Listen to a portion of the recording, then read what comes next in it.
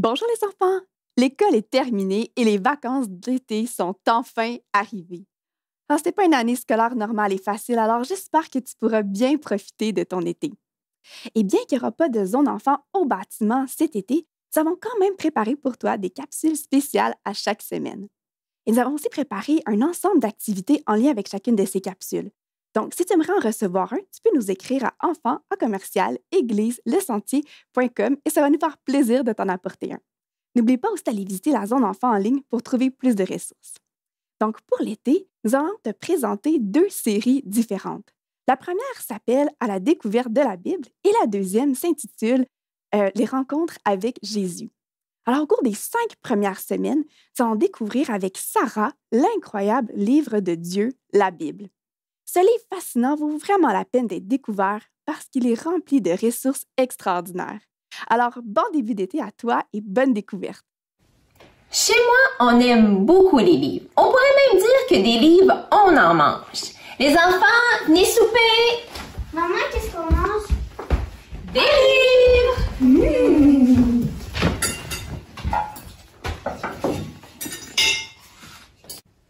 Bon, vous avez compris que c'est pas tout à fait ça. C'est une façon de dire qu'on aime beaucoup la lecture. Des livres surprenants.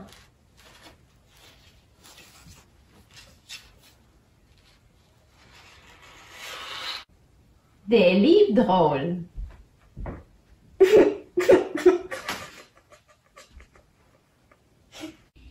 Des livres qui nous enseignent des choses.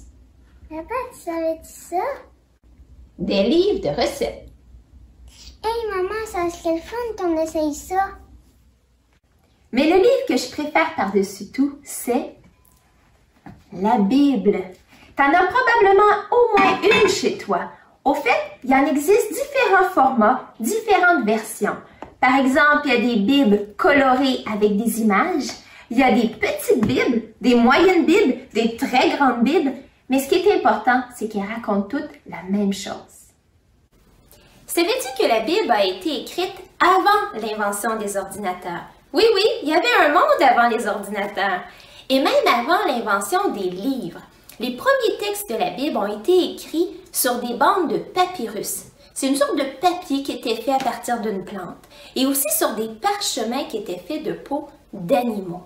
Et savais-tu aussi que la Bible n'a pas été écrite par une seule personne, mais par environ 40 personnes? Ça, c'est beaucoup de monde. Les gens qui ont écrit la Bible n'avaient pas tous le même métier. Certains étaient musiciens, rois, médecins, agriculteurs, bergers ou encore pêcheurs ou savants. Et les gens qui ont écrit la Bible l'ont fait à partir de lieux différents.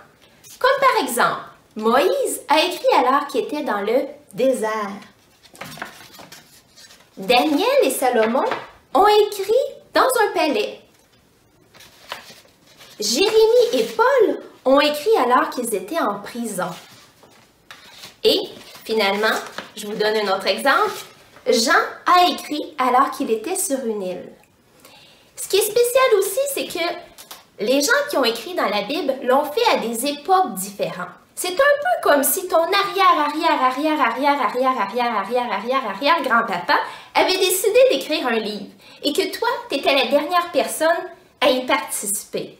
Mais eux, les gens qui ont écrit la Bible, faisaient même pas partie d'une même famille et n'habitaient même pas le même continent. Wow! Même avec un aussi grand nombre de personnes qui ont écrit et autant de temps entre le début et la fin de l'écriture de la Bible, on obtient quelque chose de complet. On obtient un tout, un peu comme un casse-tête. Chaque morceau a sa place et chaque morceau contribue à former l'image complète. Au fait, la Bible, c'est pas juste un livre. La Bible, c'est 66 livres réunis en un seul.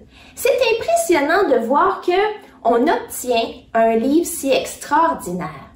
C'est le livre qui a été le plus publié, le plus traduit et qui a eu le plus d'impact sur l'histoire du monde. Au fait, la Bible nous dit pourquoi il est si spécial. Si on regarde dans 2 Timothée 3, verset 16, c'est écrit Toute écriture est inspirée de Dieu et utile pour enseigner la vérité, réfuter l'erreur, corriger les fautes et former à une juste manière de vivre. Alors la Bible nous le dit, le secret, c'est qu'elle a été inspirée de Dieu.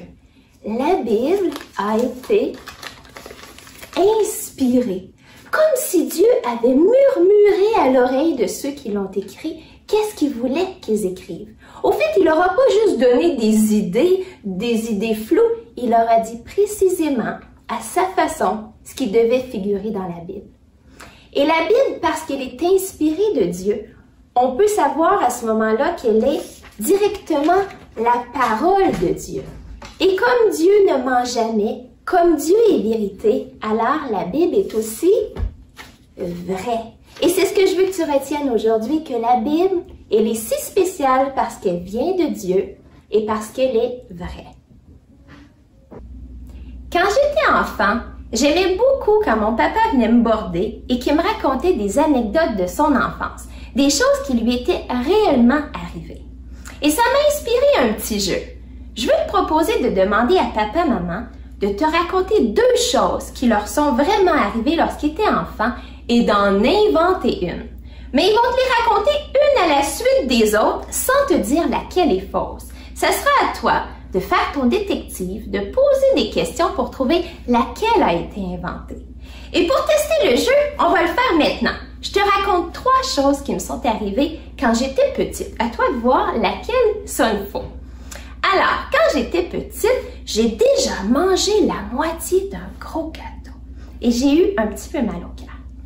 Je me suis déjà fait mordre par un cheval et j'ai fait un voyage en Gaspésie qui a été le plus beau voyage de toute mon enfance. Alors, sans poser de questions, c'est un peu difficile de trouver qu'est-ce qui est faux. Alors, je te donne ma réponse. Je me suis jamais fait mordre par un cheval.